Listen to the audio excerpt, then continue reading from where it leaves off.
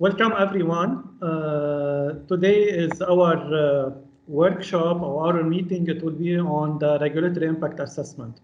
Our international expert, Mr. Erik Akse, he is with us from Kosovo to present for us about this new concept.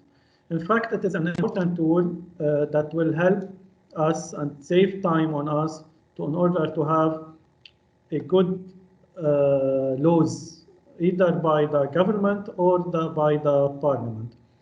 This tool it is about how to assess how that we can assess the need of this law, the data, all the impact of this law on the society before it is adopted by the parliament.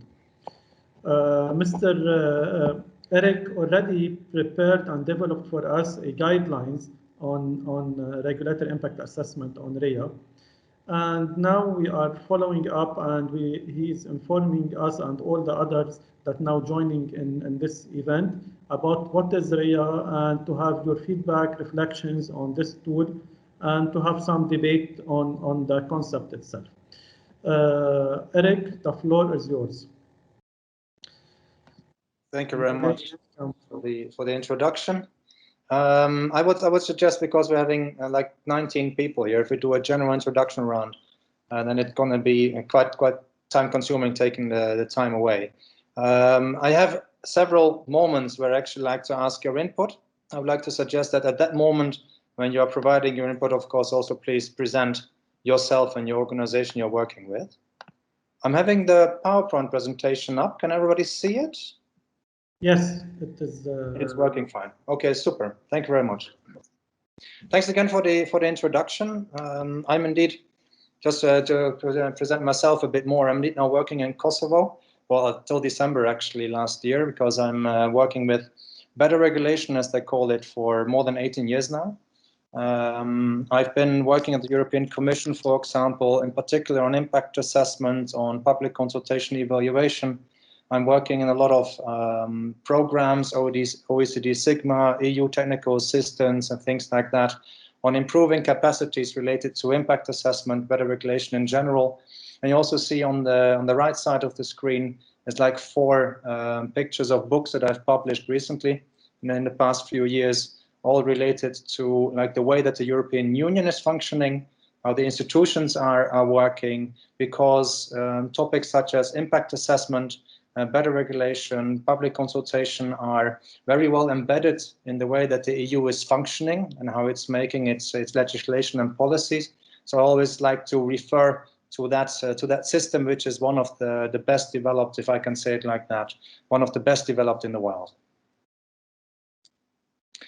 I will start first with a few practical thoughts on regulatory impact assessment and why it is actually relevant, why it is important.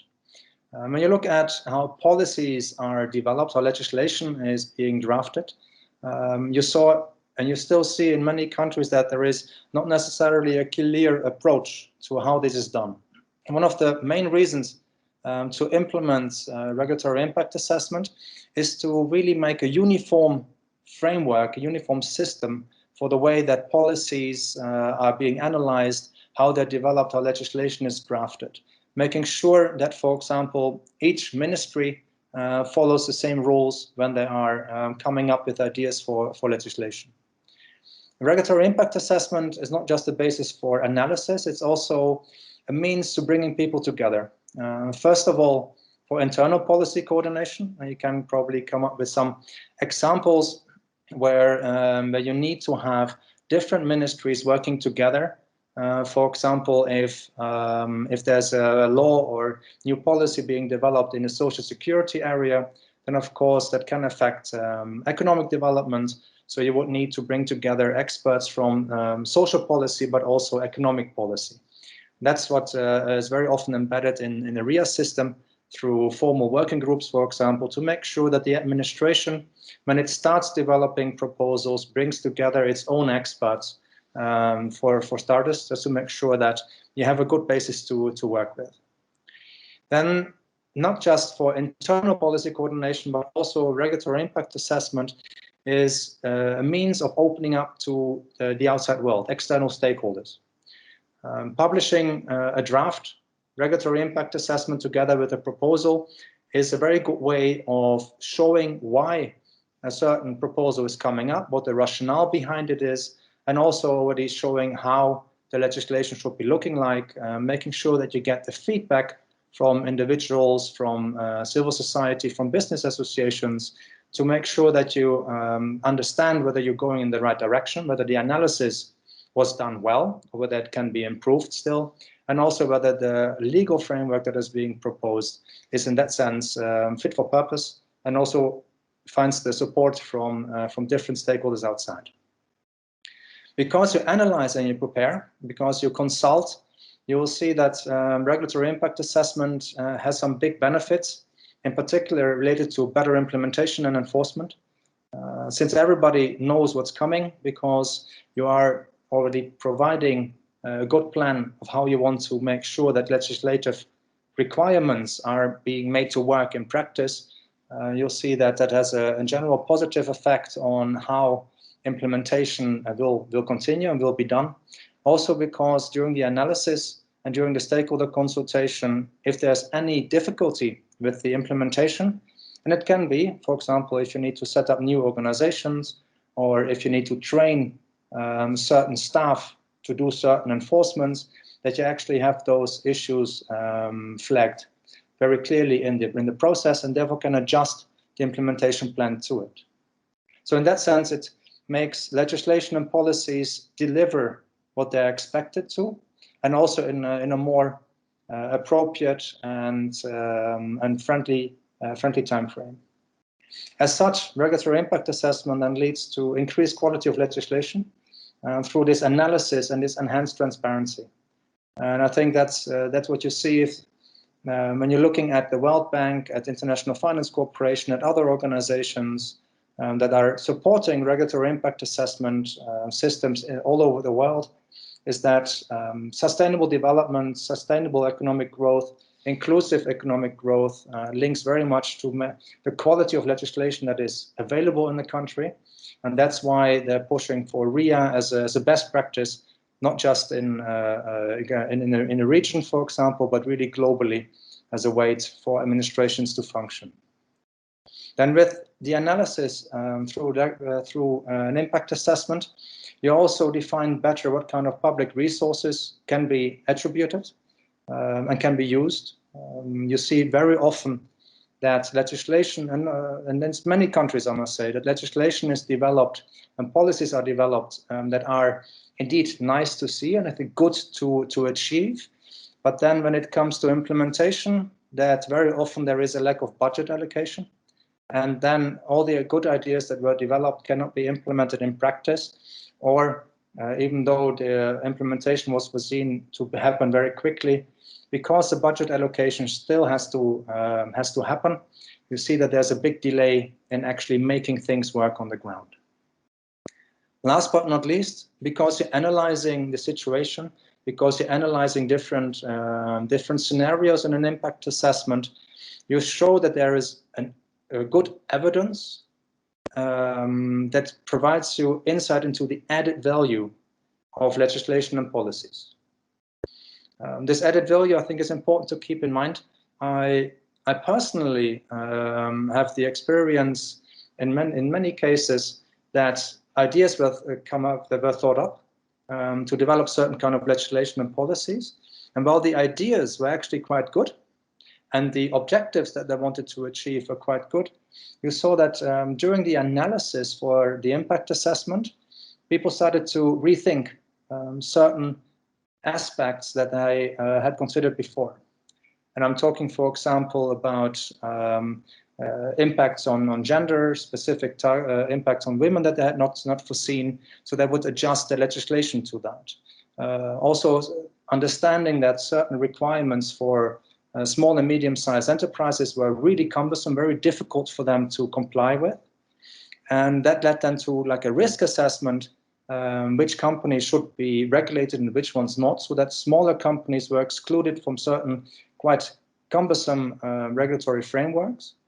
And that is then the added value of this impact assessment, that you can actually have the evidence there and to show where you need to regulate, and what kind of items you might actually want to adjust to or mitigate certain impacts that are very difficult to avoid, but at least making them more acceptable and easier to follow for the target audience.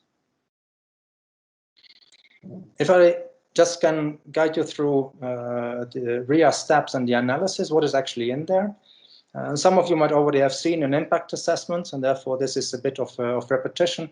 If you have not seen an impact assessment yet, these are the different normal aspects that are covered in impact assessment systems globally. So this is really an international standard, global standard that is being promoted.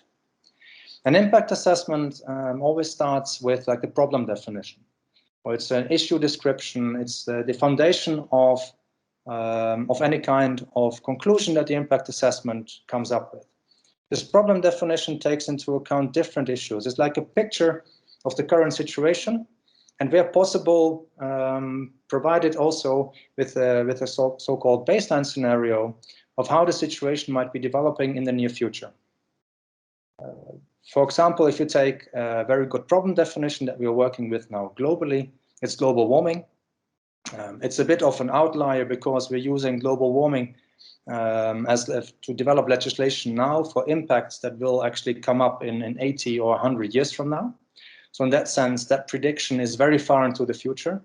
But I think it shows very nicely how impact assessment works. Of course, global warming is a massive topic for everybody, for all countries around the world. But you can also have a problem definition related to increasing foreign direct investment, for example, where you look at the trends in the past, where you look at how the trends are expected to be for the near future, and then you look at ways how to improve on these trends, making sure that you increase, for example, foreign direct investment over the next 5 to 10 years. Then an impact assessment covers the objectives. So what is actually what, for example, the government wants to achieve? What are the sustainable development goals, for example, you want to work with? Are there strategies or other documents that provide objectives for the midterm, for the long term, for a country where this impact assessment relates to?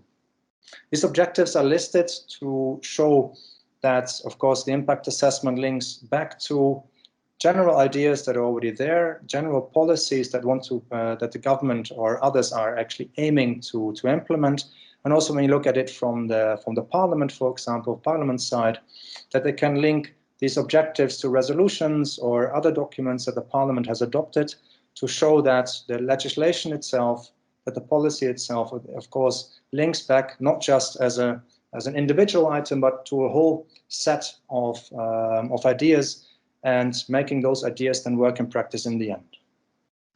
The third element is looking at the options. You see that most impact assessment systems require 3 options to be analyzed. The first one links back to the problem definition. It says what would happen if you would do nothing. That is a good way of actually comparing all the other options that you are considering, because sometimes doing nothing, not intervening into a market, for example, can be a good start for a policy. But of course, you can also see that developments in the future, let's take this climate change example again, the developments into the future are so stark, so important that you need to intervene already now. And then under the options next to this do nothing option, you would look into what they refer to as the preferred option.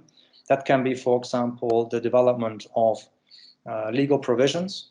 I'm specifically not mentioning development of a law, because legal provisions can also be amendment to laws or sub-legal acts that you can use to actually achieve your objectives. You see sometimes that people refer regulatory impact assessment to the development of laws, and therefore specifically to primary laws. That's something that I would suggest not to do at the beginning, because legal provisions can be in different versions, different formats, and can be much easier, for example, to implement when they can be achieved and done through sub-legal acts. Then often there's then a third option that can be an alternative, that can be ways of looking at achieving certain targets without any legislation in place, or looking at how to implement existing requirements, for example, instead of introducing new ones. You can refer to, for example, in changing attitudes of people. Legislation is contributing to that possibly, but for example, a communication campaign, a targeted communication campaign at smokers, for example, or people that are smoking at home specifically to protect their children. Legislation might be not really the best way forward to convince them to change, or it might be difficult to implement such a requirement. But explaining to them what the effects are for their kids might trigger a lot of people to stop smoking, or at least go to the balcony, for example, and not bring harm to their children.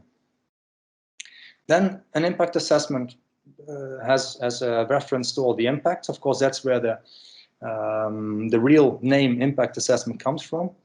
When I know what the problem is, when I have set the objectives, and I also have presented the different options that I would like to consider, then I can go into the different kind of expected effects from the intervention.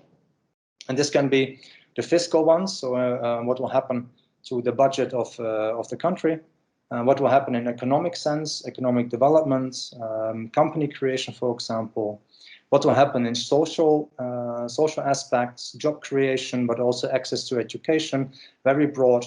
And last but not least, environmental terms. How is, for example, in certain situations, the expectation of air pollution, will it go down, will it go up? So practical aspects you can cover. You see that fiscal, economic, social, environmental terms are really very broad. And that is the idea behind regulatory impact assessment, making sure that you have like a societal assessment of the different impacts that might be coming. Oh, sorry. My apologies. I have a bit of a cold, and I notice now that speaking is quite demanding for my voice. Just give me a second. Thank you very much for your patience in that. I will have to probably adjust my speed a bit. My apologies. Then regarding impacts, you can also go into specific focus areas. And you see, for example, internationally that gender impact assessment, but also impacts on SMEs are widely distributed as good ideas to take into account. Not just look at economic, social, and environmental terms, but for example, in each area, look at the gender aspect and see whether there is actually a difference in impact between women and men. Then each impact assessment also has a consultation component. And that's, of course, the involvement of the public in the process with the idea of creating better results. As a policy official in a line ministry, even with 3 or 4 very good colleagues, it's difficult to know everything that's going to happen. So consultation during the impact assessment stage is very important to actually have a validation of your ideas. And also where you go, and that of course can happen, a correction of certain expectations that you had, additional information that you did not consider or were not able to consider at that stage when you were drafting the impact assessment and the ideas related to it, and getting that feedback to actually improve the choice of options that you're actually going to do later on. That's then also what you, of course, then would see in an impact assessment, where the different kind of options are being compared. Because the idea is that you choose the best way forward. So after analysis, after public consultation, involvement of stakeholders, you have a better idea on actually how to move forward, which option is the best one to take. Then last but not least, there is a component on monitoring and evaluation, where you would already at the drafting stage look forward, not just to how to implement it, but saying, okay, how can I check whether implementation is really going forward the way that I intended? Can I have certain targets, for example? Should I see certain developments.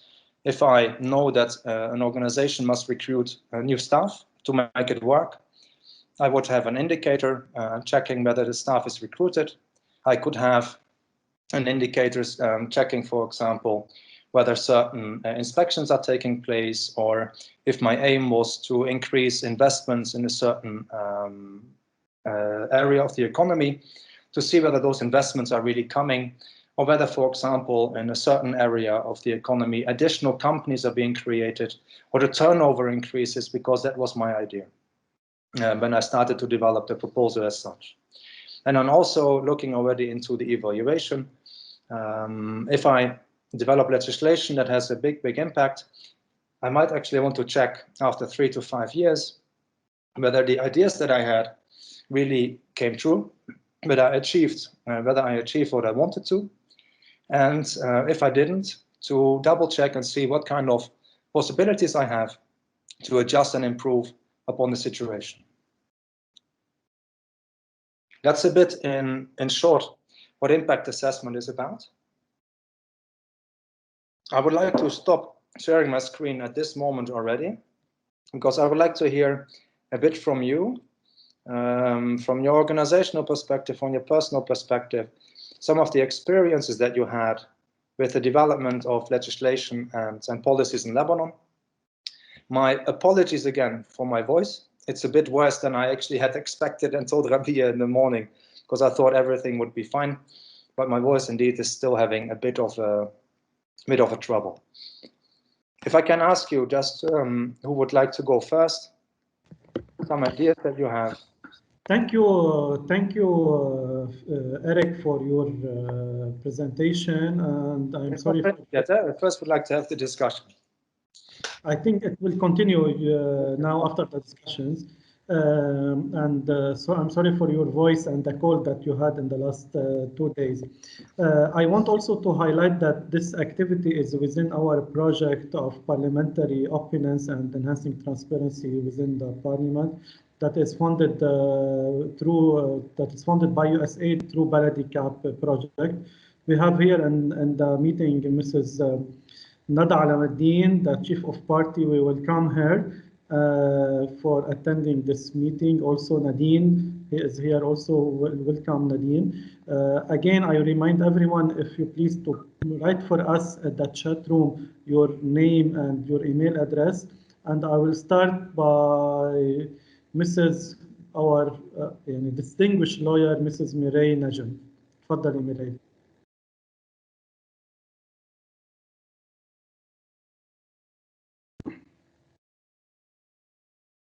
Sorry, do you hear me? Yes, yes. Yeah. Thank you, Mr. Akse, for your excellent presentation, first of all. I would like, my name is Mireille Najm, I'm a lawyer. I have worked on 2 projects of law on the reform of justice, the judiciary, the normal judiciary, and the administrative jurisdictions also. But I would like to know from you, what is your opinion about, you talked about the transparency in the process.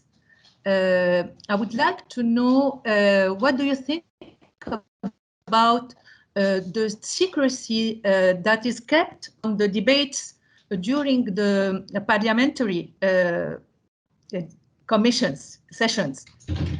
Because, you know, it's not only in Lebanon, it's widespread, the secrecy of the debates. So let's take, for example, the project of law of I have worked with the legal agenda that is now discussed in the commissions, and we don't know anything about it because it's secret. Thank you. Oh, you're welcome. You're welcome. You're asking me something quite away from the RIA practice, so to speak. But I personally am very much a proponent of any kind of transparency in government and parliamentary decision making. I do understand that at times you would need to have meetings where you would actually want to potentially discuss very politically sensitive issues.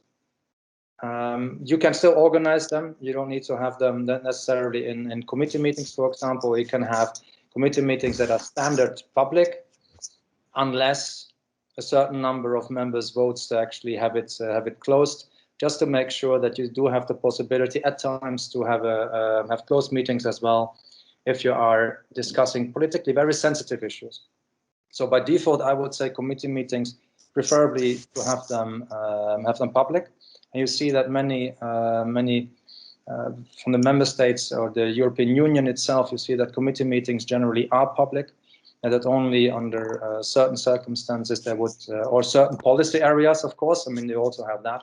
But of course, everybody understands if national security is a topic that you would have closed meetings. But in general, for policy issues, for legislation, the committee meetings at best be public. And that applies for me to every parliamentary decision-making system. So Lebanon or not, I think it's a good practice to have it as public as possible. Thank you. Erik, I will take the advantage of the presence of Mrs. Najm with us. She is also the advisor of the current Minister of Justice. I would like, if you can, give her and give everyone in the session a brief about our proposal to have a kind of a RIA unit within the Ministry of Justice. Mm-hmm. Mm-hmm. Yes, I have that in the slide. With them at the Ministry. I have it at the slides at the end, several considerations to cover. Anybody else who would like to share some ideas, experiences with lawmaking, good ones, bad ones? Fadi Abu Jamra. Raising, yes. Hello, good year. How are you, Akse? Thank you very much for the nice presentation. My question goes a bit in line with what Mirai has asked. It's not technical. But I have seen a lot of lawmakers accepting and making good laws and good proposals as supported by international entities that would give good proposals. But then when you ask them about the application of these laws and why they don't hold people accountable on how they would do that, on what happens with this law, they would say, well, our job is to do the law, and then we will see about accountability. Now, as you know, Lebanon is a republic, and we, the people, cannot hold them accountable before the elections. But how do entities that see those procedures being implemented on paper, but far away from reality, react into that? Well, I would first of all consider Parliament and government, regardless of who is developing the law, holding a responsibility for the feasibility of implementation. In that sense, you see that impact assessment, of course, when it's done at the parliamentary level, if I take the European Parliament. Now, the European Parliament is a bit different than other parliaments in the world because it is not allowed to develop legislative proposals. By law, it's not allowed. That's the EU treaties. But of course, it can do amendments. And the European Parliament has quite a keen interest in when it starts to present amendments to legislation that are really substantial, very changing the nature of legislation, that they would do an impact assessment as well. Because they've taken upon themselves, they're like, look, yes, but we're also responsible. We cannot develop a piece of law or amend a piece of law that is so difficult to implement. Because in the end, we also hold responsibility for whether it can be made to work in practice or not. In addition to that, it's a bit away from the regulatory impact assessment side. The European Parliament and other parliaments as well has taken a keen interest as well in evaluation of legislation to see whether legislation really achieves what it's expected to achieve. So that's very much actually an accountability of the side of the executive. That the Parliament would really check, look, we have pieces of, we have directives, we have regulations, we wanted to achieve something in terms of avoiding exposure of children to lead. Is it actually happening? And those are actually for the European Parliament quite fast processes where they within a year, maximum a year, would come up with a resolution already on the implementation. But they also take keen interest then again in the implementation of legislation. And that links back to what, if I can say it like that, what we say in Dutch, like the paper can be very, very patient. You can put anything on paper, but only if people start to work according to what's written down will you change the lives of the people that you're working for. Okay, thank you, Fadi and Erik. Mirai, you raised your hand again. Mirai Najm. Yeah, sorry, I'm not very good with the technical things, so no, I didn't raise it. Sorry. Okay, no problem. I will also now ask Mrs. Lara Saadi that she is with us in the room. Lara Saadi.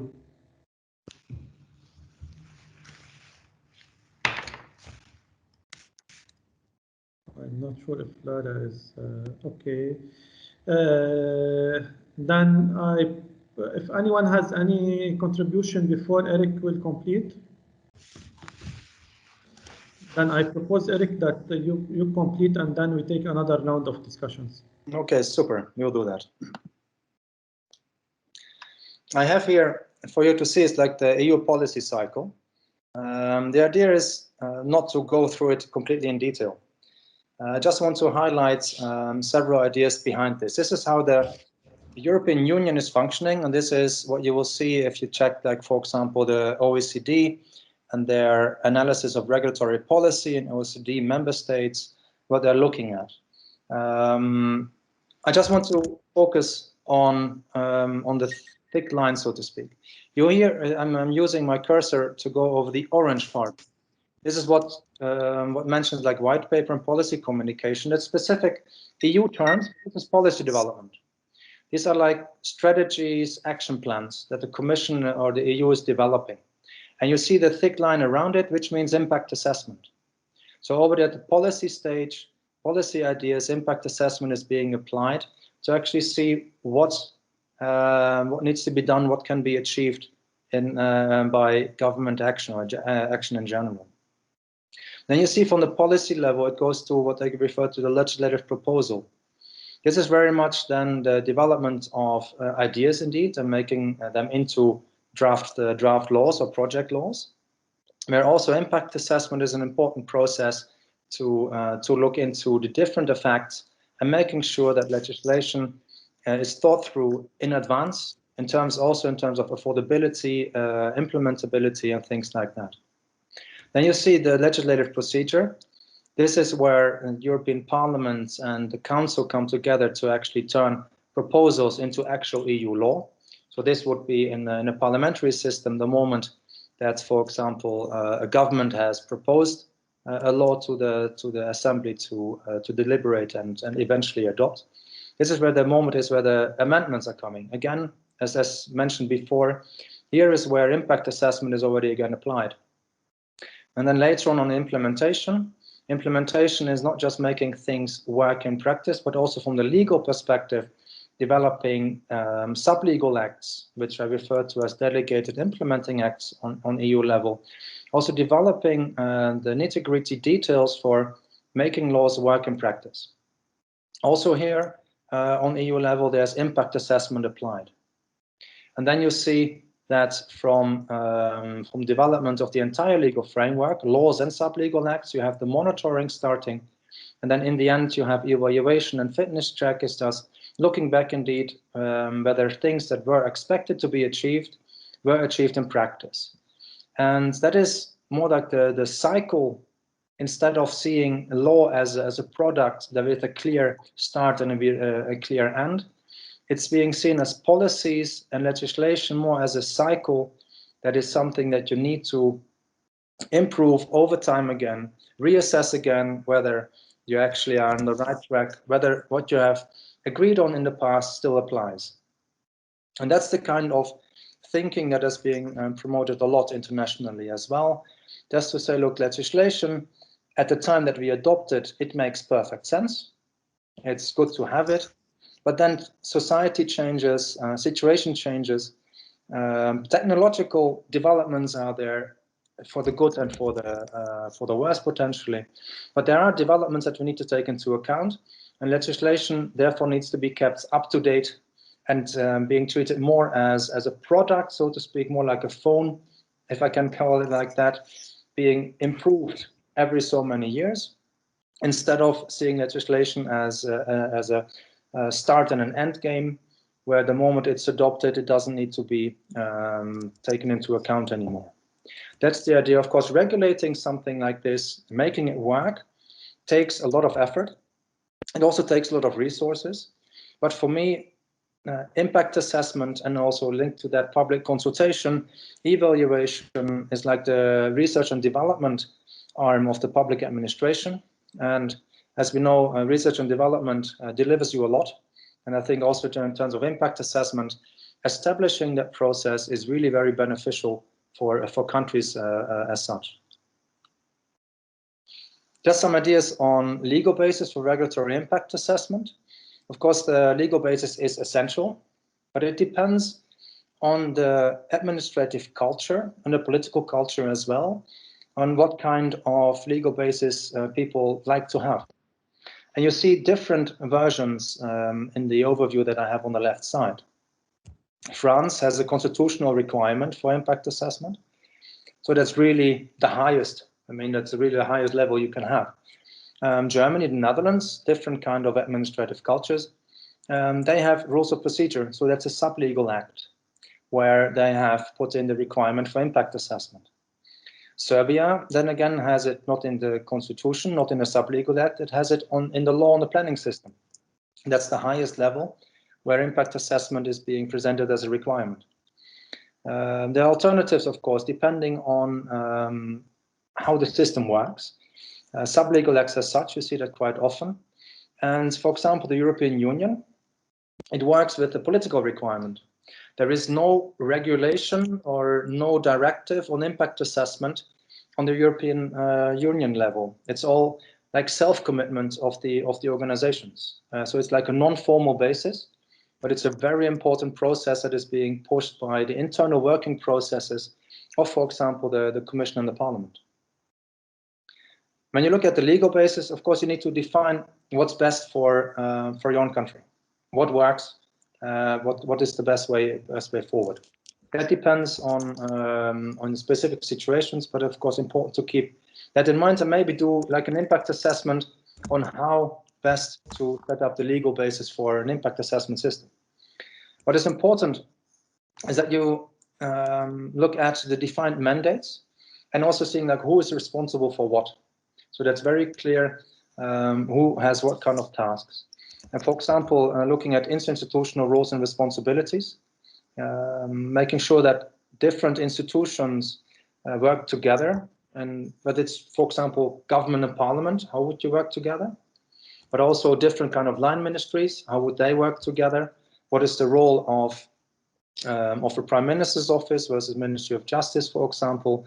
How do subordinate institutions or even independent agencies work together with line ministries and impact assessment process, having those things worked out. Also interinstitutional working arrangements. If there is an impact assessment process, who does what within a line ministry?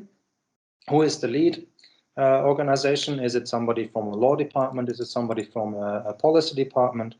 Who is, for example, working on it? Who is drafting it? Very practical considerations. And of course, also within an administration that starts with impact assessment as a new process, making sure that there are job descriptions and tasks very clearly defined, and that there is quite a lot of investment into capacity development.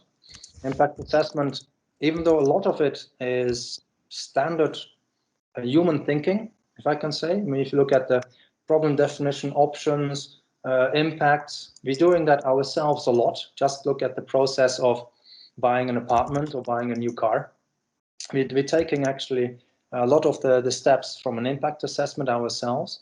But of course, the moment you do impact assessment for policy of legislation for an entire country, that's a different level of complexity. So it's important to make sure that there is not just training in place, but also on-the-job mentoring, very practical support for people that must develop an impact assessment. I also like to refer to impact assessment and public consultation here again. You see that public consultation, I mentioned it before, and I will do it several times again probably today. For me, it's like an essential tool for any kind of decision-making process and for better regulation. So impact assessment and public consultation should be aligned from the start. So public consultation should really be an obligatory component of every impact assessment system. If you look at different levels of approaches, so to speak, and levels of transparency, you see that generally administrations develop like an online consultation portal, online, simply a website. European Commission has it. The Netherlands, I've listed the links. What happens there, for example, the European Commission publishes questionnaires where everybody can reply to. And these questions are, of course, the questions that the Commission has when it's developing proposals. Then the proposal and the impact assessment will be published later on, the moment they are adopted. So the Commission is using consultation to feed quality into its impact assessment process as such.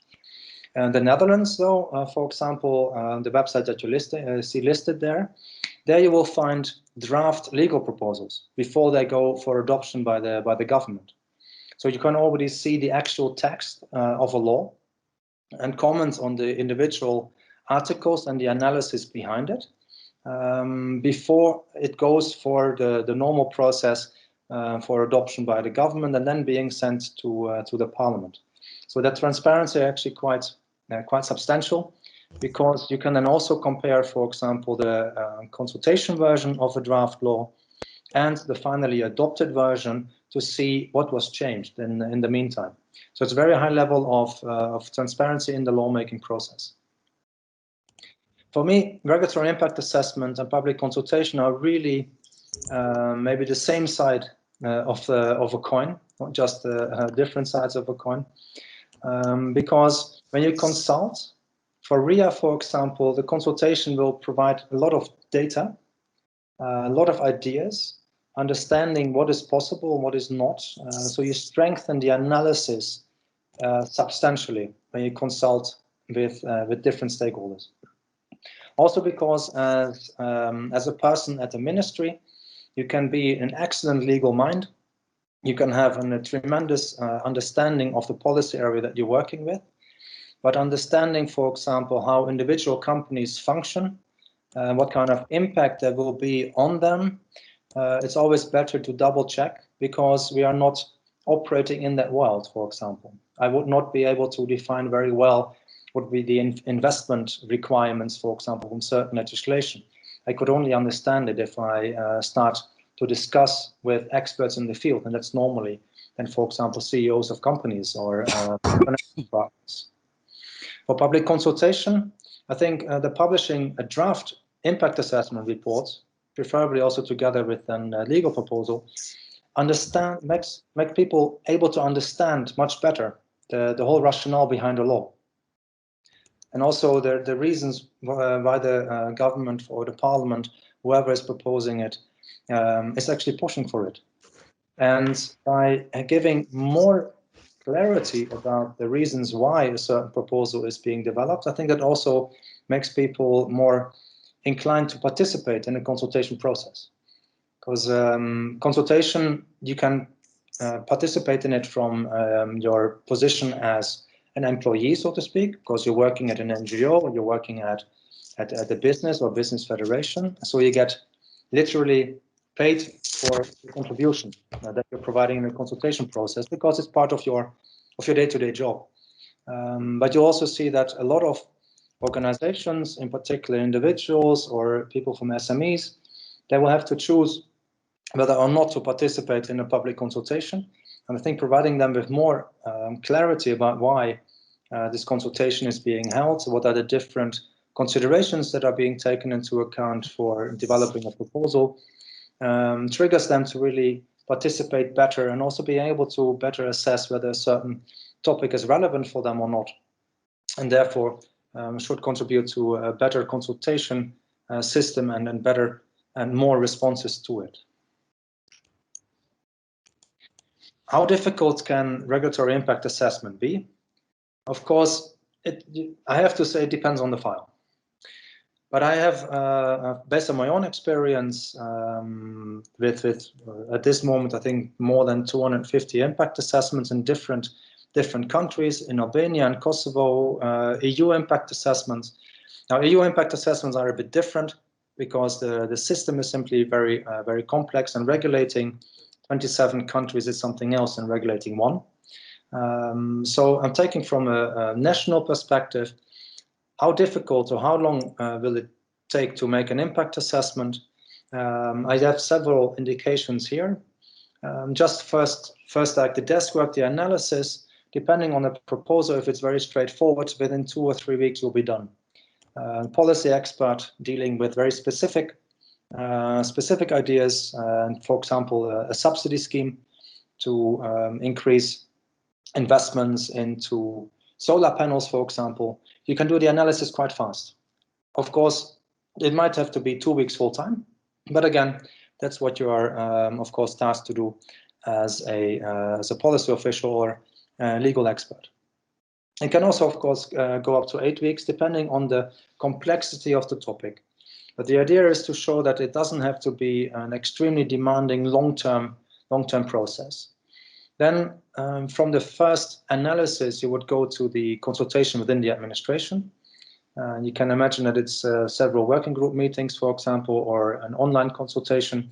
But I would say that normally it's like 5 to 10 days that are being given to ministries to consult and respond to draft proposals, draft ideas from other ministries. So you're talking about a process of like 2 or 3 weeks.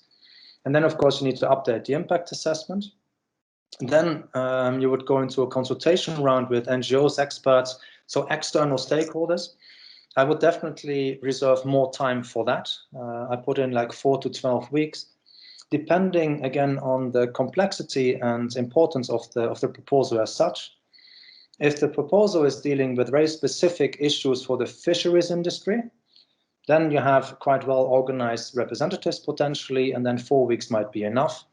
If you're talking about legislation affecting decentralization, for example, you might actually want to spend more time on the consultation of the wider public, people outside the administration. So I put in 12 weeks here to show that there's, of course, a difference in relevance for public consultation, but also the complexity of public consultation that, of course, increases the more stronger, more substantial the impacts are of the proposals that are being worked with. Then developing a final proposal based on the analysis, I would say again like 2 or 4 weeks, something like that. Then do an online public consultation on the RIA and the proposal. So putting the final product online for everybody to react again. In addition to the consultation process before, this is like a possibility for everybody that was not involved before to now participate. And of course, for everybody that has participated in the public consultation process before, to see what actually is going on. And then from there, you would go from adoption of the proposal, either by government to be submitted to the parliament, or of course, directly going through the parliamentary procedures if it's a law proposal developed by the assembly. So the impact assessment process, very quickly, it could be taking anywhere between 2.5 to 3 months to 6 to 7 months as such. In most cases, when I'm working here, for example, in Kosovo and Albania, you see that an impact assessment takes about 5 to 6 months. It is an additional time investment, of course, but the quality is increasing a lot if you do this kind of consultation, this kind of analysis work. And therefore, for me, it's very worthwhile. And also, if I see how often legislative processes take very long time in many countries, then an additional 6 months into the investment, so to speak, in the research and development of these proposals is in generally quite good to do. Also because from the evidence so far, you see that because administrations, because members of parliament invest into the analysis through impact assessment for their proposals, that the decision-making process afterwards is actually easier, because a lot of items are already taken up, a lot of considerations are already known, and a lot of difficulties are taken up also in the analysis and already addressed in the legislative proposal. So this prior investment into the preparation generally pays off later on, because it's easier to see proposals adopted and later on implemented as well. Now we get to the food for thought regarding impact assessment in Lebanon. and also on the question that you mentioned, like what would be, for example, the potential role of the Ministry of Justice. At this moment, there is no formal requirement for RIA in the country. My experience from the mission that I was allowed to participate in is that there's actually quite a high appreciation of the benefits of RIA. And there is even an idea, consideration of having like a law and regulatory impact assessment, or definitely a legal basis. There are several good examples of policy development lawmaking as well. Now the question is, how do you turn good examples into systematic practice? That's something to look at. But of course, there are many countries that have been at that stage where they say, yes, we want to improve. We want to make sure that RIA starts to work. So there's a lot of experience from others that you can learn from, can take into account.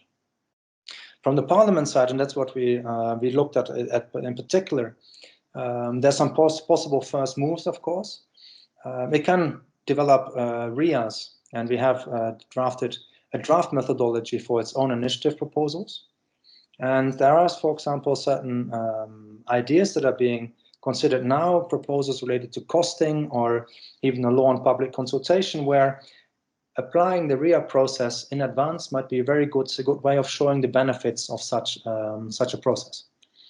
You could also do, from a parliamentary position, like a RIA quick check for proposals submitted by the government, where you would actually have a short analysis, or not something taking 6 months, but something more taking akin to 2 or 3 weeks, where things are being double checked about what the government is actually proposing, whether it fits the budget, whether the impacts are being considered, whether certain issues that should be further analyzed or discussed by the parliamentarians based upon available evidence.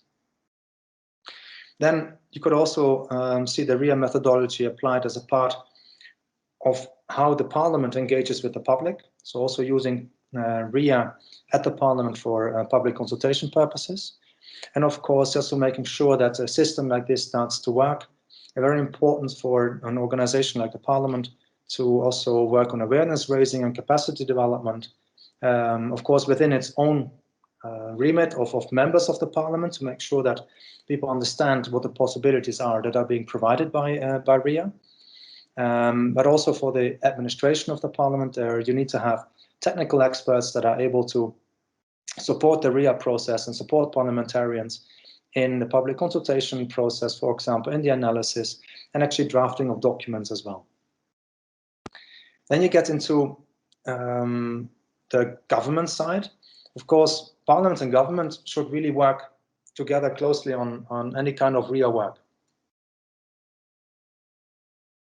In the end, you're working together. Legislation needs to be adopted by the Parliament, but in the end also, of course, implemented by government or government administration. The best way forward would to make sure that all relevant laws pass through a RIA process, which means that the government should also consider applying regulatory impact assessment for its own work. So not just the regulatory impact assessment as a parliamentary task, but a task of linked to governing a country regardless of where the legal proposal is coming from. Within the government, you can imagine like a lead by the Ministry of Justice, Prime Minister's office as well, important to keep in mind, or both of them. Why would we have a difference, or why would you have two organizations involved? You would need to have an organization used to analyzing legal proposals, where of course the Ministry of Justice already has the structure and the role in place, where they check actually draft laws that are being developed by ministries. But also the Prime Minister's office, you need to have somebody who checks when the government agenda is being developed and there is a draft law being proposed by a line ministry, that there is an impact assessment accompanying that proposal. So make sure that it's indeed a watertight system, and if there is no proposal, that there is an explanation, for example, why, and for example, if the Ministry of Justice would have that lead role, an opinion from Ministry of Justice saying like, yes, there is no impact assessment necessary because this draft law is only a small technical adjustment. It doesn't have any further impacts as such, and therefore impact assessment does not have to be provided.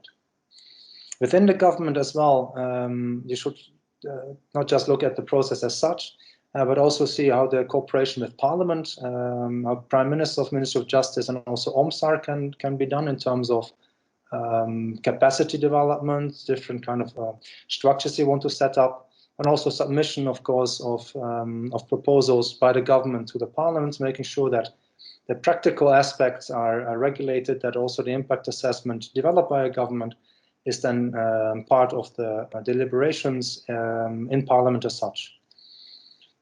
Could there be a common approach by the Parliament and the government? I can imagine that. You see that on EU level very clearly, but also, of course, in other systems where parliamentarians said, like, yes, we understand impact assessment is necessary. We want to be informed about it. We want to know how you consulted. We want to know who you consulted, so that when we are looking into to the details of the law that you propose to us, that we understand how you actually came to the proposal that you have. But also in terms of other things, like, for example, a shared long-term plan. You see that many countries develop like a better regulation strategy covering impact assessment and public consultation. Could there be objectives related to cooperation with civil society and civil society organizations, like the capacity development? Because also from civil society perspective, public consultation and impact assessment would be new processes. And I see, for example, in Kosovo and Albania, but also in many other countries, that there is a specific target set by the administration to say, like, we want to empower civil society organizations in participating in the process. And some people might be fine with simply having a training or explanation how things are working. But other organizations in particular, when you go, for example, to the local level, you might want to give them a bit more targeted process and actually have meetings and really make sure that the administration is going out to meet people instead of relying on online public consultation. Of course, building public consultation into any kind of better regulation approach with impact assessment, public consultation combined, I would definitely suggest that and really promote that.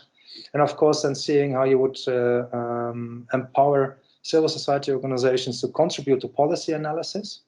I met several organizations in Beirut, and I was really impressed to see how much analysis they're actually developing. So for them, it's probably easy to take the step. But also for smaller organizations that have not done something like this before, to see how they might actually be able to, for example, do a questionnaire, use a campaign through Facebook simply to collect data from the constituency and making it possible for them to contribute to the decision-making process through impact assessment and public consultation.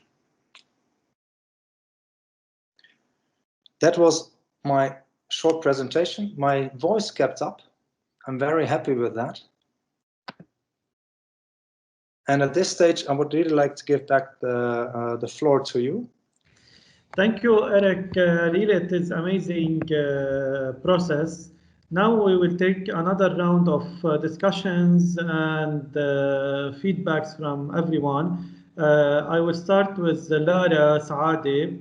Lara is raising her hand, and Lara, by the way, she has wrote many previous law proposals and also many claims to the Constitutional Councils, and she won these claims in the past, and she is experienced in the parliamentary work.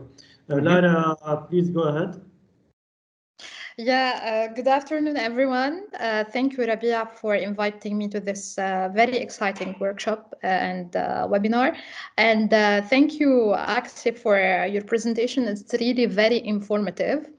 As Rabia has just mentioned, I've been working in public policy and legislation with a parliamentary group at the Lebanese parliament for 12 years now. So you can bet I have witnessed many things that you have tackled in your presentations, be it on the gaps side that we have in our policy making and law making process, or even I have witnessed many good practices that we have seen at the Parliament in the past years. And yeah, I think that your presentation is right on point on many issues, but I would like to clarify some things and add 2 more issues.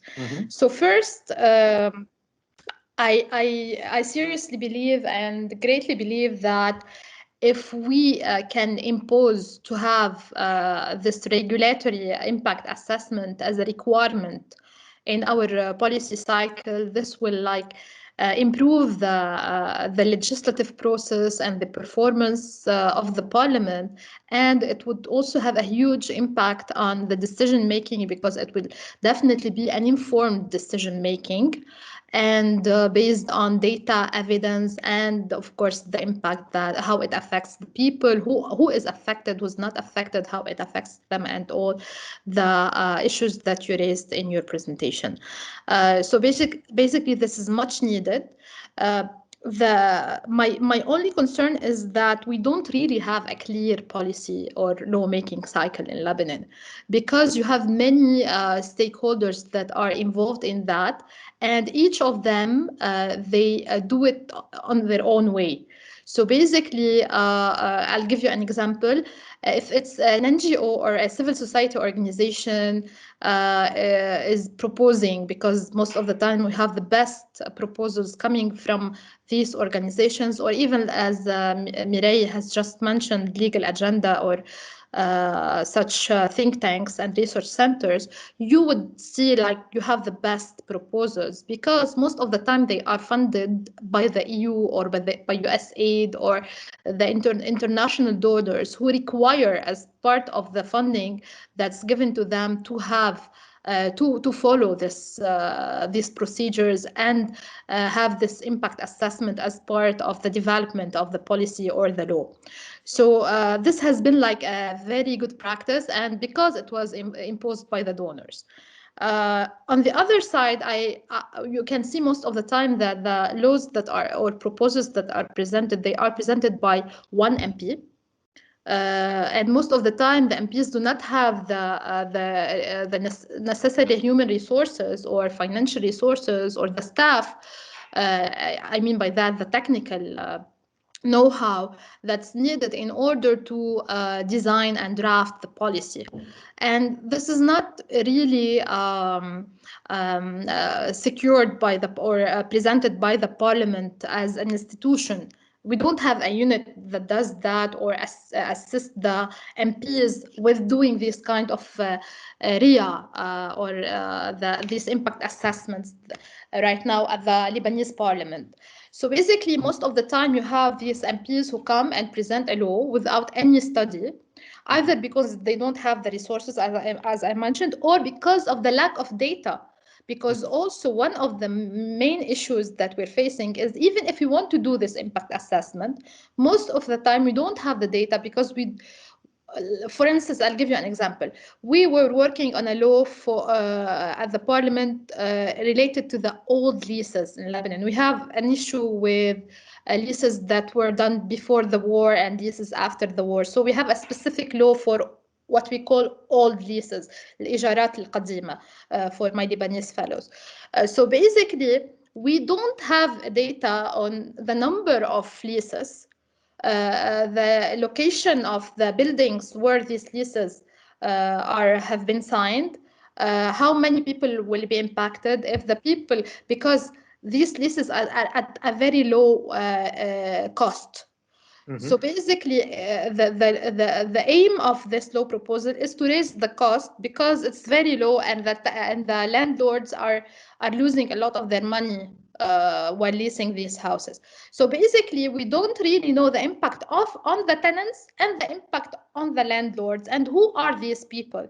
So, and this data is not available because it was not available by any ministry, the Social Affairs Ministry or the Real Estate Department at the Ministry of Finance or anywhere else. So this is also an issue when it comes to doing the impact assessment, the lack of data where we can base our policy or law on.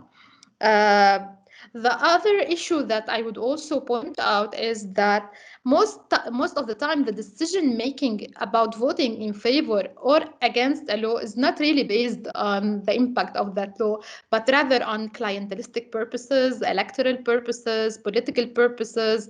So sometimes you would see like a law presented like 1 week, and the next week it's voted at the parliament without any discussion or deep evaluation or discussion of it.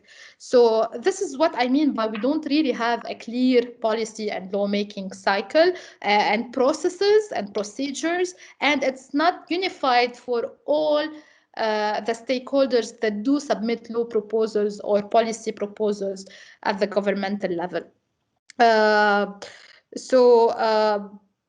I'll stick to what I said for now, and I'll give the floor for other people to talk about. Otherwise, I won't stop talking for half an hour. Thank you. Thank you, Lara. I will take another intervention from Dalal Khawaja, and then I will give the floor for you, Erik. Dalal? Yeah. Yes, thank you. I would like to add that the proposals submitted by the NGOs are not good only because they are funded usually or it is a requirement from a donor. They are good because NGOs are working basically on research. They are, or they have the willing to change, and they have the willing to achieve what they are intending to do. So that's why the proposals submitted by the NGOs are based on research, are written by experts, either on the legal or international level. And based on our experience at Restart, building constructive dialogues with the concerned parties is the main element to attain what we need. So the constructive dialogue with the committees inside the parliament are giving the positive impact on what we are submitting. Thank you. Thank you, Dalal. Erik, for you now. Yeah, thank you very much. I mean, also nice to confirm what I mentioned before, that I met several people in Beirut when I was there, including some of your colleagues from different NGOs, and saying like, look, there's really some very strong capacity in terms of analysis and contributing to the lawmaking process available, and I just got it nicely confirmed. Just reacting to the idea of lack of data, every system, every country needs to face the lack of data with the impact assessment process. Why is that? Normally, we don't collect statistics on things that are going the wrong way, if I can call it that way. If you do a problem analysis, it's because you see you got the impression something is not going right. You always need to actually look into additional information for each impact assessment. It's never covered perfectly by statistics. So this lack of data is a challenge in every system. Still, it is something you can overcome. First of all, if there's really no information available, having at least a description and recognition that the data is not available is already first good step. And then using the public consultation process to see whether there is anybody trying to that can help you actually improving the quality of the information that you have would be great to do as a standard practice, and doing it as rightly as possible. And maybe you can even have the idea that the moment that data is lacking, that the public consultation should actually even be longer, not just 2 or 3 months, but spend five months on it, really going out, potentially actually even engaging NGOs or other organizations in doing surveys and getting that data more into the decision-making process. You can imagine systems like that. Regarding the political dynamics, I mean, impact assessment does feed into the decision-making process, of course, that is political everywhere. So the process as such, the impact assessment, needs to take into account political objectives and sensitivities. That's in every impact assessment system the case. What I find is that very often, how should I say, issues that are being presented in impact assessment become regularly non-political because they're based on evidence and based on data. So you see that it actually becomes, I wouldn't say technocratic, so to speak, or maybe the wrong word, but because people can see the evidence behind a proposal, because they understand the different kind of dynamics and impacts it's going to have, that they feel more saying, okay, but this is not something we need to have long discussions about, because politically it's not such a sensitive aspect, or that the discussion focuses on 2 or 3 specific articles only, where from the different political parties there's indeed a keen interest in there. I mean, that's the dynamics as well that you see, for example, in the Dutch Parliament or the European Parliament, where the analyses that are being used, but also confirmation through public consultations, for example, where natural constituencies of political parties, and I take the Greens as an example. Green parties have a very strong NGO constituency in many countries, that if the NGOs say, like, yes, we actually think that this proposal is good, that you see that in Parliament, the parliamentarians from the Green Party also very much say, like, oh, thank you very much. We now know that this has been double-checked, triple-checked by professionals for topics that we actually find politically important as well. And therefore, the decision-making process is actually easier. Okay, thank you, Erik. Michelle Nami, you are raising your hand. Hello, Rabia. Hello, Erik. Hello, everybody. I want to thank my friend Maribel Tarabai for inviting me to this workshop. What I want to say that the impact of statements made in Lebanon nowadays are being made in a very wrong way that doesn't take into consideration the logistics that we have, the infrastructure that we have. Let's say you want to make something, let's say online for the people to go access online. You don't take into consideration that the internet connection in Lebanon is very bad in certain areas. So plus we don't prepare the people for the upcoming law and its impact. Let's say suddenly the people who are living in the law of old land that was before 1992, we were surprised. Some people now aging around 80 and 90 years old, they were surprised that they have to pay a high rent. Let's say they were paying 1 million a year, but they were not prepared, and the government did not prepare anything, and the parliament did not prepare anything. Tell these people that you have to prepare yourself to pay, let's say, 1 million lira a month. Just for them, for an 80-year-old, 80-year-old people, suddenly tell them this. So the laws here in Lebanon don't take into consideration nowadays the true impact on the people, infrastructure of our country, which is very, very bad, because we are looking on infrastructure that have been around 50 and 100 years old. Plus, also the mentality. We have different mentalities in Lebanon, because the people who are now legislating and are now around 70 and 80 years old have a different mentality than the people who are now, let's say, 30 or 40 years old. The age gap is a lot in Lebanon, has a lot of negative, because they are not coordinating between each other. Because the 70 and 80 years old, let's say, prefer working on paper. The 30 or 40 prefers working online. So you need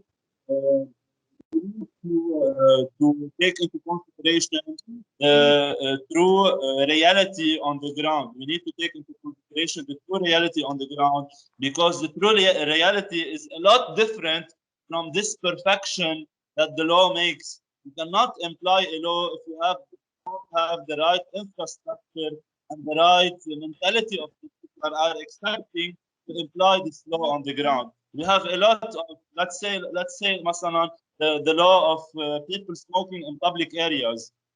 we see here in Lebanon that the employee inside the court is smoking, and it depends when the judge will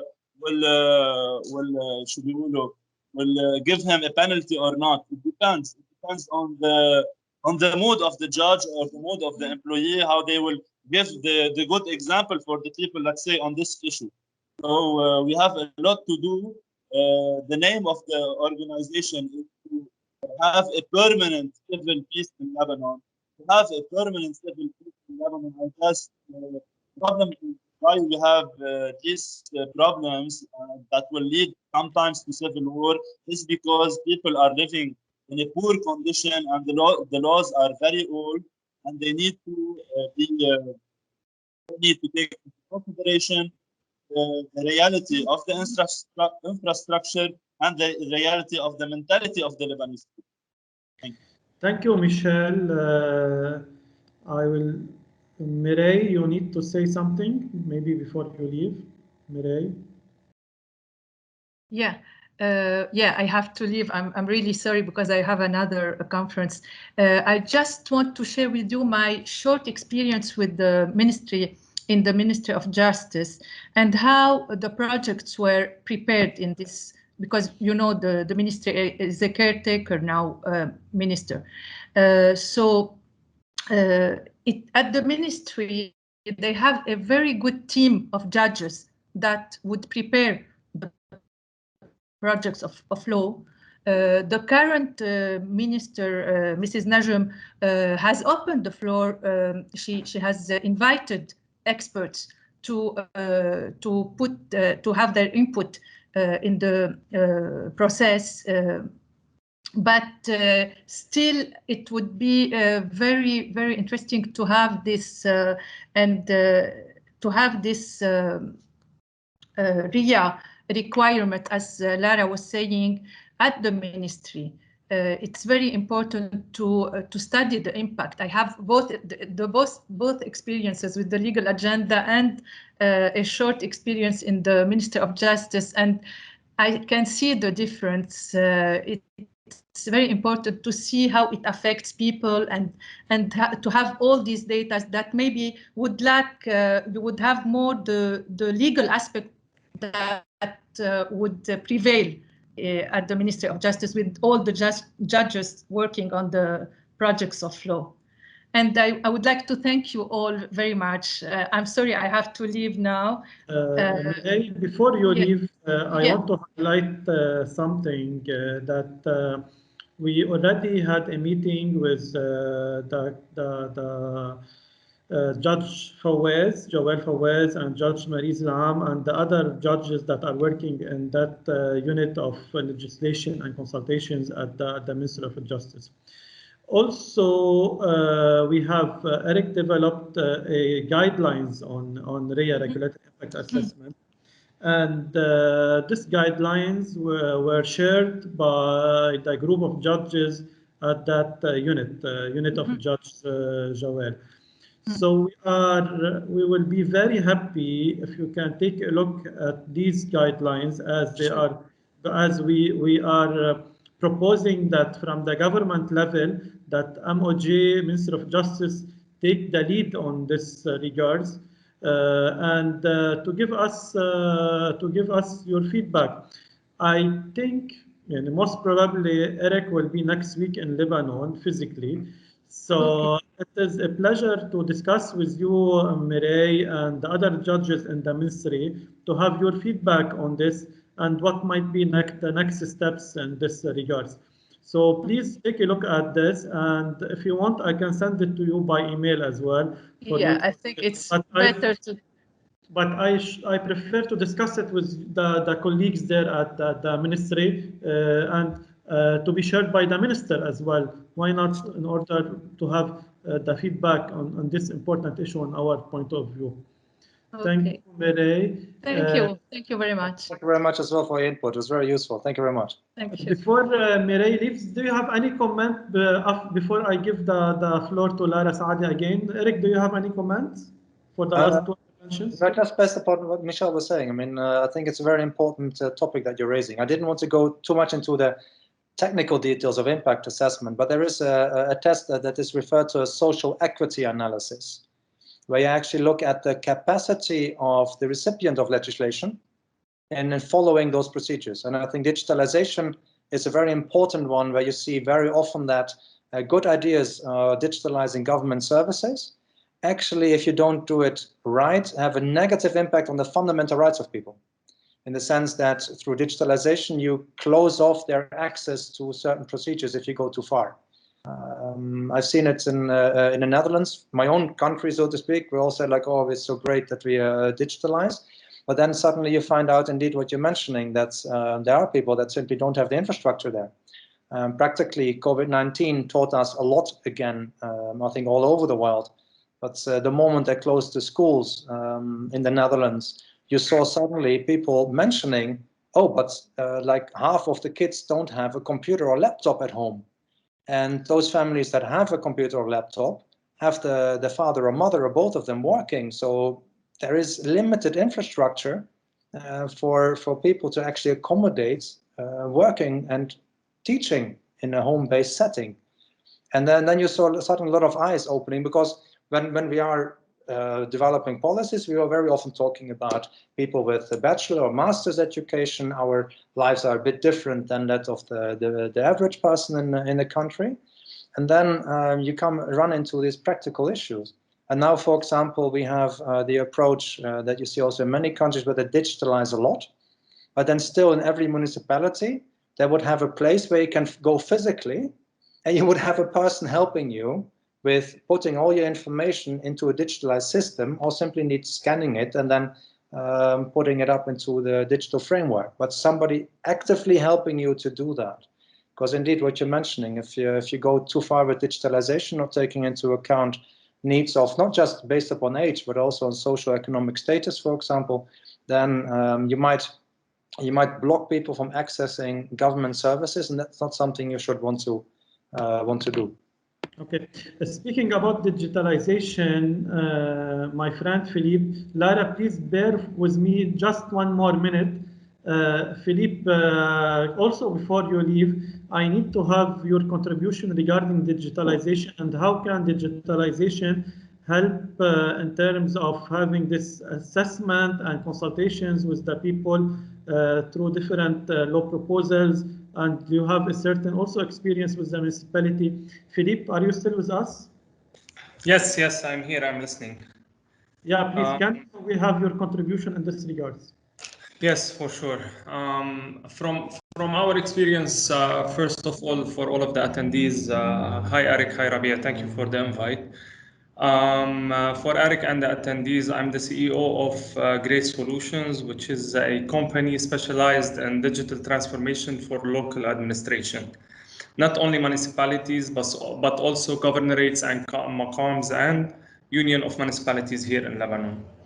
So one thing that caught my ear when Erik was speaking is actually the website that where people could track the actual changes and comments from the initial proposal or draft of the bylaw until the actual approved version.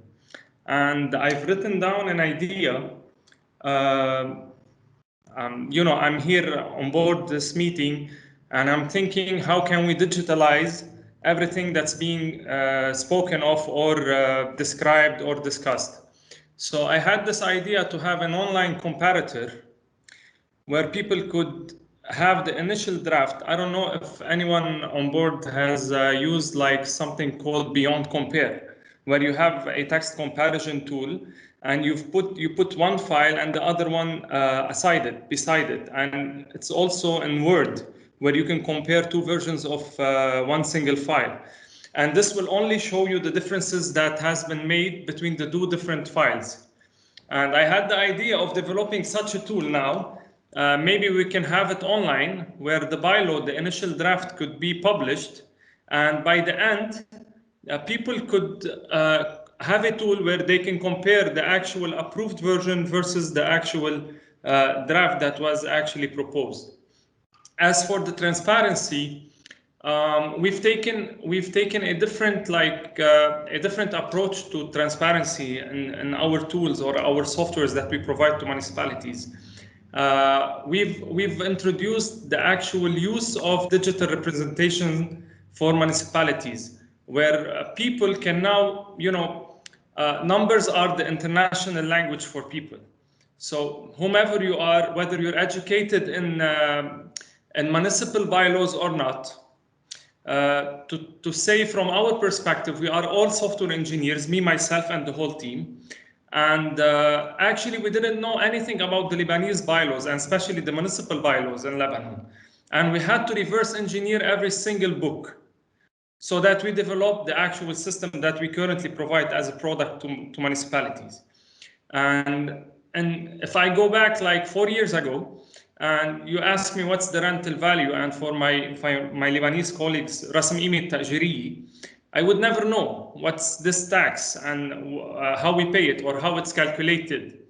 And now what we've done is we've introduced to specific municipalities, of course, an online dashboard that's real time, and it will reflect whatever transaction that's occurring inside of the municipality in terms of expenses or income, that's automatically reflected online for citizens to see. Also, we've introduced a sharing tool where it allows the municipality, whenever they take decisions, or we'd like to call it the municipal mail, البريد البلدي, whenever they register it in the municipality. And as you said, Erik, no matter how digitalized you become, we will always have a place where people will have to come. Mm-hmm. And they have to present their documents by hand, either to have it scanned or even to kick off the actual digitalization process. However, we know that several municipalities, or actually most of the municipalities in Lebanon, have systems, and it's the actual implementation of these systems that matters.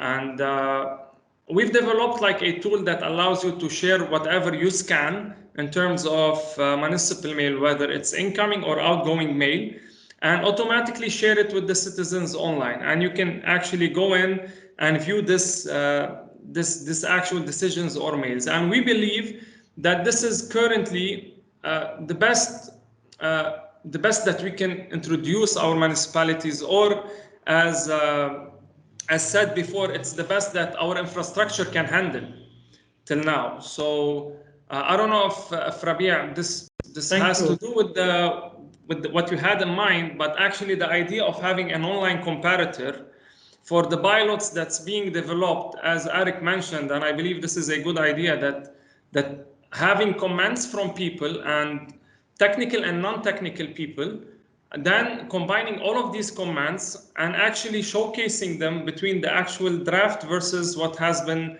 finalized and approved by the end of the legislation. Thank you, Philippe. Lara? Rabia, before Lara starts, I have to apologize. As you know, I have a commitment and I have to leave. Thank you for the invite. It was a pleasure. Thank you all. Have a nice day. Thanks for your feedback as well. It's very good to hear. Thank you. Bye. Lara Saade. Lara Saade. Okay, Erik, can you give us your feedback on this before we complete the discussions? I mean, on the digitalization process. Digitalization and the intervention of Mireille Najm, the Minister Advisor. Yes, I mean, I'm very happy to hear, first of all, that the Ministry of Justice on that level says, like, look, we need to work on impact assessment. Impact assessment is there, of course, to support political decision-making, government decision-making, parliamentary decision-making. So you need to have the support on the top level to make a process like that work. I'm very happy to hear that she said, oh, we need to work on it. So Rabia, just look at what are the possibilities actually together to make like a first step in that direction. What kind of legal framework would be necessary? Also, of course, making sure that there is sufficient capacity to actually implement a process like that. Because if you start developing a lot of impact assessments, you need to also have people that can draft it, do the consultation process. That takes time. So that might mean additional staff or different way of organization of the work. And of course, you need to have people that scrutinize and check the quality, and again provide feedback to line ministries, for example, to say whether the draft is good enough or not. And that, of course, is an additional workload. I think it's an important investment, and it really has a clear added value. But it's something to take into account to make sure that those are being covered and addressed effectively when you are starting with the impact assessment process as a generic requirement for all relevant legislation. On the digitalization, I think it's nice to hear. I mean, there's many ideas that are being brought forward. I think it's just to come back to Michel's comment again. I mean, digitalization, I think it probably works for 70–80% of people really well. Sometimes more, sometimes less. The question is, how do you make sure that also for the other 30–20% of people, digitalization process does not mean that they are negatively affected. You can have, for businesses, for example, different approach than for individuals. If I want to have a different digitalization process for my pension system, for example, then you might see that you have far more issues than when you are starting digitalization process for, I don't know, like fees for schools. I'm not sure what the situation is in Lebanon regarding that. But indeed, who's a target group? Taking that into account when you're developing legislation, thinking about the implementation, and then doing a kind of social equity analysis, who am I actually regulating, making sure that it's not just an online system that people need to work with, but also practically making sure that there's a possibility to call somebody in the call center for explanation. There's all implementation aspects that are important to keep in mind that you can integrate easily into an impact assessment system.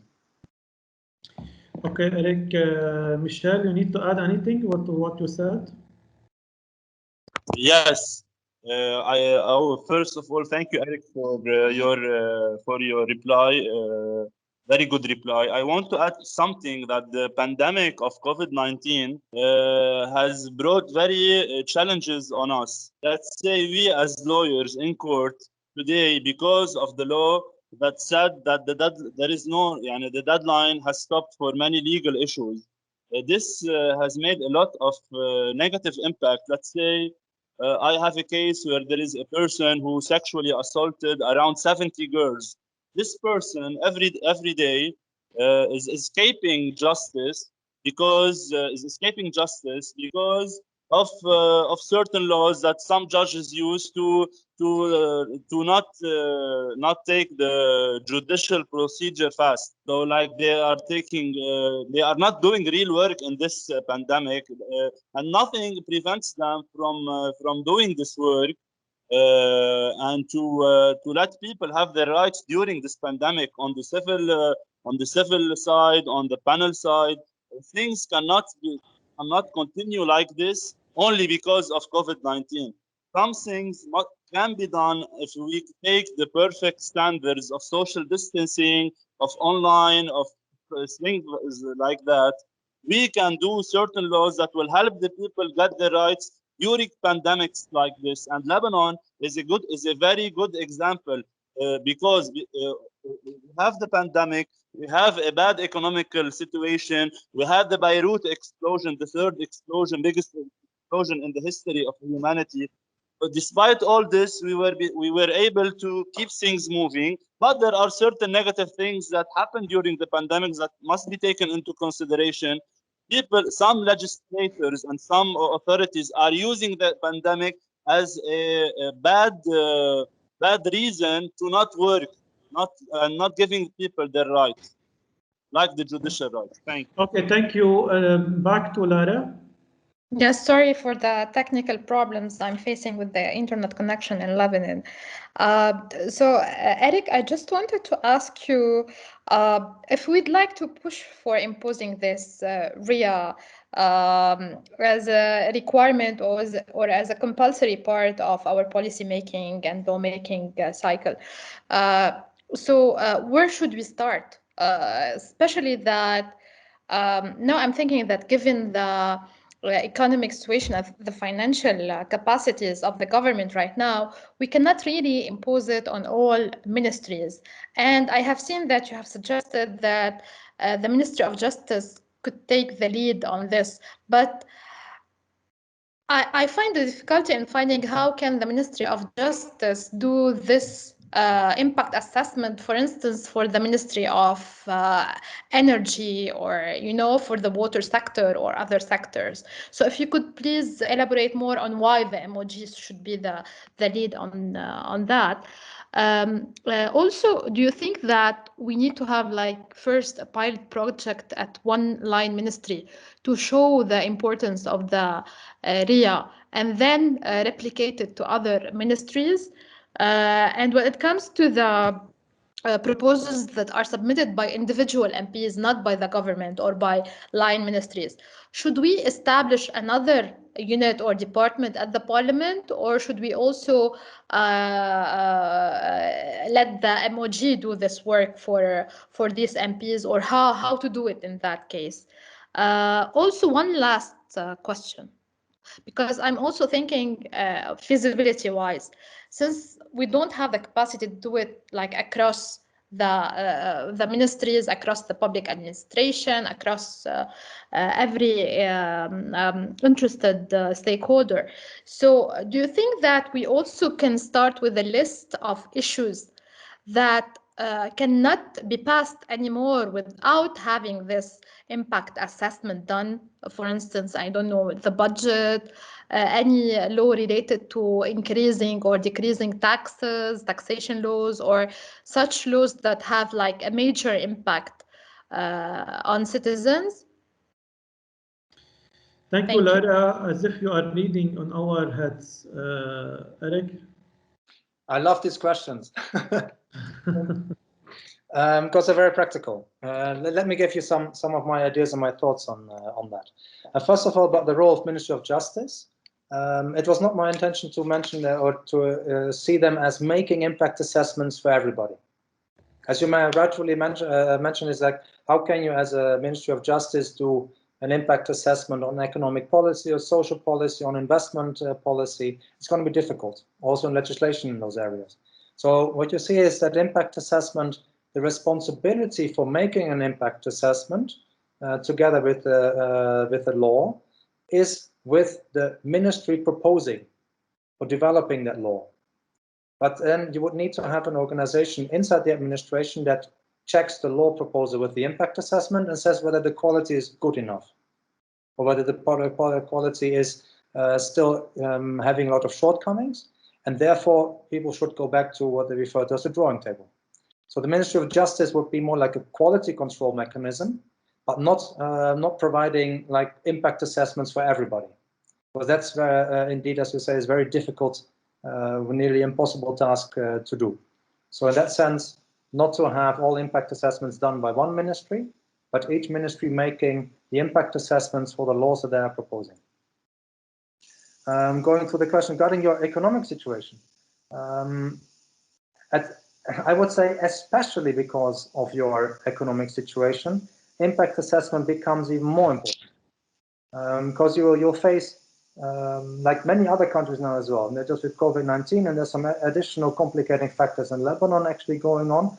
You face a very difficult time with probably a big shortage of resources, including budget resources for the administration. So developing, still having the same development process for laws, without checking whether they can be implemented, without checking the financial requirements that this law's implementation would need, without being able to really check whether they contribute to the real strategic priorities of the country. I think impact assessment helps you with those elements. And also seeing whether, instead of having legislation that is costly to implement, whether there are different alternatives possible to make it work in practice. I think even that process even has become more important, I think, for many countries, including Lebanon, to invest in. Otherwise, you might be being in a process where you have a lot of promises made politically, which I can fully understand. But then when it comes to implementation, that you keep having difficulties to making them work in practice. So I think the importance of RIA has only gone up, not just for Lebanon, but for many other countries in the world, related to the pandemic, the economic crisis coming from it, and the cost that this crisis has created. How to work practically? I personally like a comprehensive approach.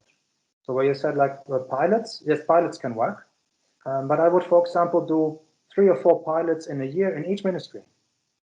Not work with one ministry first, because that means that you're having a lot of attention to one organization. That organization might move really fast within 1 or 2 years, but at the same time, the rest of your system is stuck or staying on the same level as it was used before. I think it makes sense to work with each ministry, maybe not all proposals at the start, but with each ministry 3 or 4 proposals in a year to make sure that all organizations get used to the impact assessment process as such. And at the start, you can say, okay, data quality is an issue.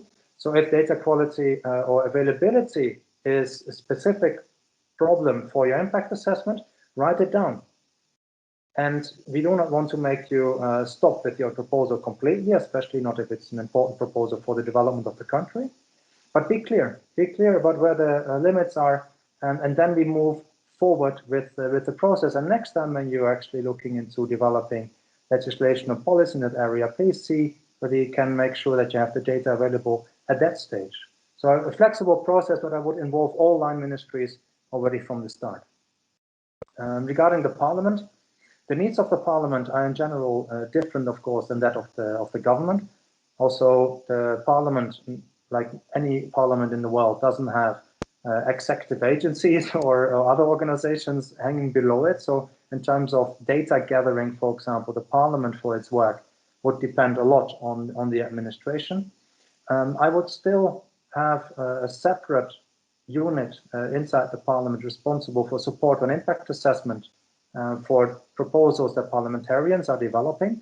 I would link them very closely with the people working inside the administration in terms of exchange of data, for example. And from what I understand is that already in the parliament now there are considerations to structures either related to impact assessment or to research that can be used to support the impact assessment process. And we're not talking necessarily about recruiting 50 or 60 people.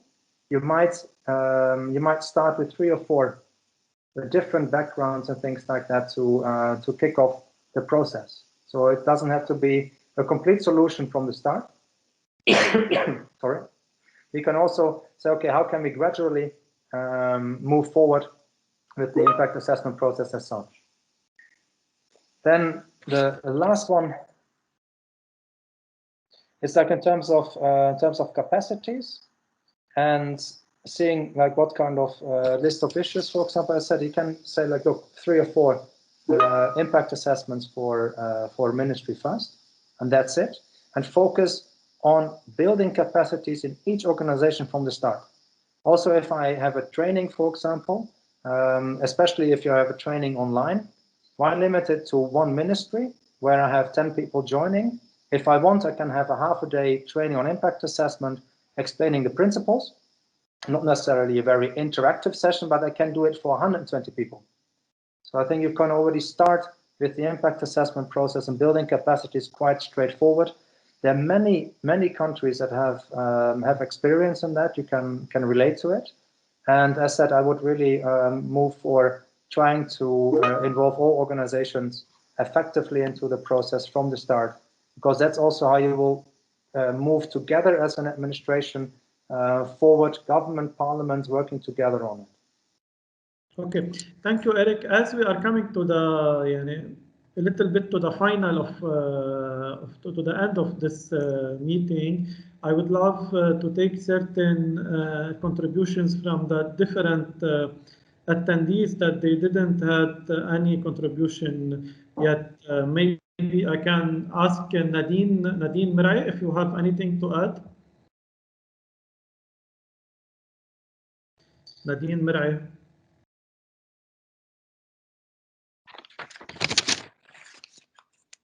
Nadine is not. Maribel, do you have anything to add? Yes, I would love to.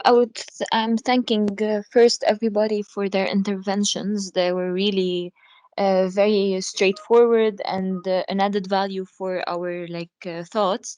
Thank you, Erik, for always being there for us and helping us reflect and think about RIA. I have one question. I don't know if it's too idealistic, but I wanted to see if you had experienced I know with your international experience, anything like, do you think that through laws we could have a certain impact or percentage of impact that may encounter those political affiliations of some who might even vote against or with according to their political affiliation. For example, I know that each party, like the Greens, have a certain environmental policies, but do you think that we could have laws that says, for example, that if a law has a 30% bad impact on society, on the social impact, for example, that couldn't pass?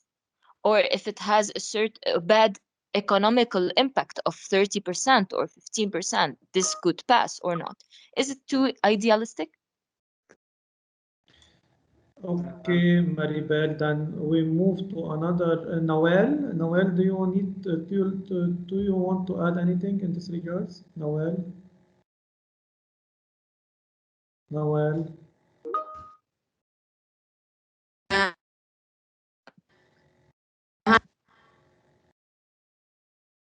Connection problem. Yes, I have a connection problem. That's. Can you hear me? Yes, please go ahead. Okay, I'm sorry, I'm having some connection problems. I'm not always connected. I just want to thank you for the invitation. It is very interesting. It's actually very interesting. And just my colleague Dalal just had her input, and I have nothing to add. And we are ready for any further contribution as Restart Center. Thank you so much. Maya Safiuddin, do you want to add anything?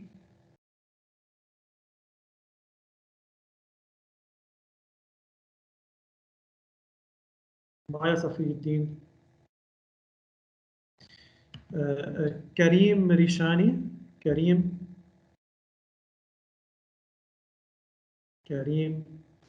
Hi, Kifar. Habibi, do you want to add anything? Thank you very much. Thank you. Thank you. Okay, Jano, do you need to add anything? No, Rabia, thank you. Thank you, Erik. Huda?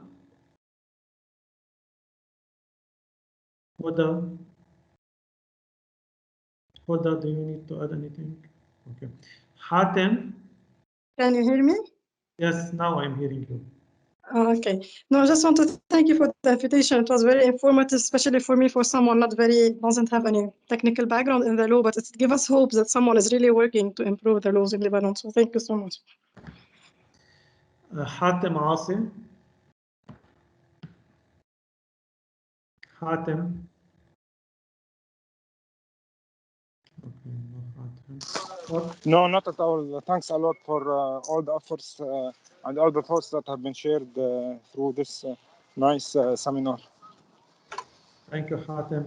Dr. Fatma? Thank you, Mr. Rabia. Thank you, Erik. It was a fruitful and important conference, and it is built on it in future. Thank you. Thank you. Okay, Fadi Abu Jamra, again, do you have any final thoughts?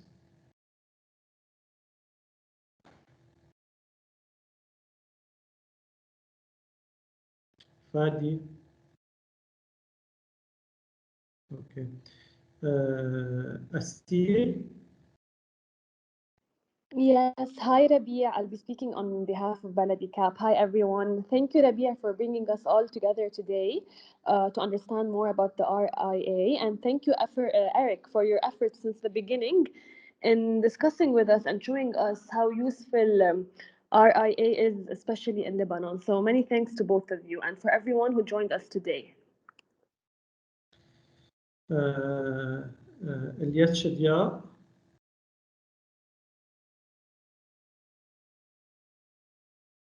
Yes, Shadia. Okay.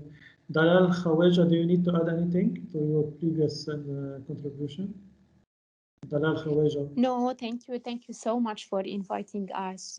Thank you. It was really a fruitful conference. Thank you. Okay. Before I give the floor for the final points for Erik, is there anyone needs to add anything at any point? Okay. Erik, please go ahead briefly answering the final points. Okay, good. Thank you very much. And great that you actually let everybody contribute to this, and nice to hear your feedback. And regarding the question, Maribel, on a threshold, to say like, look, certain laws cannot pass. I think in the end, a law and adoption of it is always a political consideration. And I would say that the impact assessment, since it brings forward like the difficulties or the challenges, the pros and cons of a legal proposal, makes it more transparent. And then based upon that, the political level can take a decision. A law that has a massive negative economic impact, I would not expect it to be adopted unless there are overriding reasons. And having a threshold saying like, look, if the impact is bad in a certain percentage, if I look back at all the lockdowns, for example, in many countries all over the world, such a rule would have blocked administrations, governments from taking quite some severe measures to stop their economies in their track. So I would not necessarily be favoring such an approach. I think that you can have situations where you need to act because of other reasons with very negative impacts, for example, in the economy. What you see is that many impact assessment systems try after some time, not from the start, but after some time, say, look, if the budget impact of a certain proposal is above 500,000 euros or €1 million, then you must do an impact assessment. Because if the budget is that high, then apparently there's going to be lots of impacts on society as well. If you have discussions about the effect of a proposal on the economy, and you were sketching the idea of having very severe negative impacts on the economy side, let's say on businesses, having that highlighted then enables you to see, okay, is it really what we want? So do we stop the law proposal or not? Are there other reasons that are really that much more important for us? And also it gives you the possibility to say, okay, the target of the law, the objective is clear, we want to achieve it, but are there possibilities that we reduce the negative effects from it? And that's what for example, what I mentioned at the beginning. You can have a legislation that looks perfect from the onset, but when you actually then start looking at the different kind of companies that you're regulating, you might find out that having a general requirement for all companies does not really add too much value anymore, because you want to focus on the companies that create the risk. So if you talk about certain requirements for dealing with dangerous substances, the rules, for example, of companies that store a lot of those substances are completely different than if I take a painter. They also have dangerous substances, but in far fewer quantity, so that you have a more risk-based approach into your legislation by reducing then also the potential negative costs for companies and therefore having a less negative economic effect. That's something that an impact assessment process will be able to highlight and to have the discussion about. Thank you, Erik, for all your contribution, your thoughts. Thanks for everyone for all the questions, clarifications, contributions. Thanks, Baladi Cap, Asil, Nadine, Nada, everyone.